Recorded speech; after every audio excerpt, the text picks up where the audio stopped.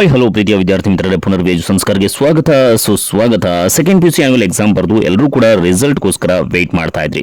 So ಈ ಕುರಿತಂತೆ ಪತ್ರಿಕಾ ಪ್ರಕಟಣೆಯಲ್ಲಿ ಕರ್ನಾಟಕ ಶಾಲಾ ಪರೀಕ್ಷೆ ಮತ್ತು ಮೌಲ್ಯ ನಿರ್ಣಯ ಮಂಡಳಿಯ ಅಧ್ಯಕ್ಷರು ಮಾಹಿತಿಯನ್ನ ನೀಡಿದ್ದಾರೆ.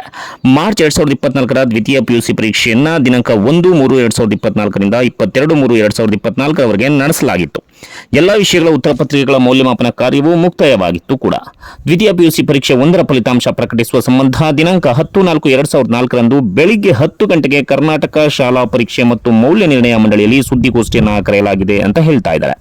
ನಾಳೆ ಬೆಳಿಗ್ಗೆ 10 ಗಂಟೆಗೆ ದ್ವಿತೀಯ PUC ಪರೀಕ್ಷೆ 1ರ ಫಲಿತಾಂಶವನ್ನು ಪ್ರಕಟಿಸಲಾಗ್ತಾ ಇದೆ. ಆ ಬಳಿಕ ವಿದ್ಯಾರ್ಥಿಗಳು ಫಲಿತಾಂಶವನ್ನ ಡಿಸ್ಕ್ರಿಪ್ಷನ್ ಬಾಕ್ಸ್ನಲ್ಲಿ ಲಿಂಕ್ ಕೊಟ್ಟಿರ್ತಾನೆ, https:/carresult.nic.in ಈ ಒಂದು ಜಾಲತಾಣಕ್ಕೆ ಭೇಟಿಯನ್ನು ನೀಡಿ ಬೆಳಿಗ್ಗೆ 11 ಗಂಟೆಯ ನಂತರ ನೀವು ನಿಮ್ಮ ರಿಸಲ್ಟ್ ಅನ್ನ 10ನೇ ತಾರೀಕು ಅಂದ್ರೆ ನಾಳೆ ವೀಕ್ಷಣೆಯನ್ನ ಮಾಡಬಹುದಾಗಿದೆ. ಸೊ ಯಾರ್ಯಾರು ರಿಸಲ್ಟ್ ಅನ್ನ ನೋಡ್ತಾ ಇದ್ರು ಎಲ್ಲರಿಗೂ ಕೂಡ ಮತ್ತೊಮ್ಮೆ ಆಲ್ ದ ಬೆಸ್ಟ್ ಅನ್ನ ತಿಳಿಸ್ತಾ ಇದ್ದೇವೆ ವಿದ್ಯಾರ್ಥಿಗಳೇ.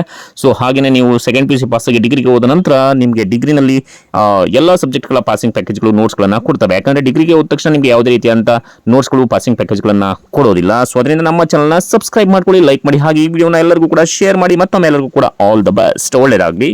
ನಿರಂತರ ಶೈಕ್ಷಣಿಕ ಸುದ್ದಿಗಳಿಗಾಗಿ ನೋಡ್ತಾ ಇರಿ ಪುನರ್ವಿ ಎಜು ಸಂಸ್ಕಾರ ಚಾನಲ್. ಇದು ಕಲಿಕೆಯ ಸಾಗರ. ನಮಸ್ಕಾರ.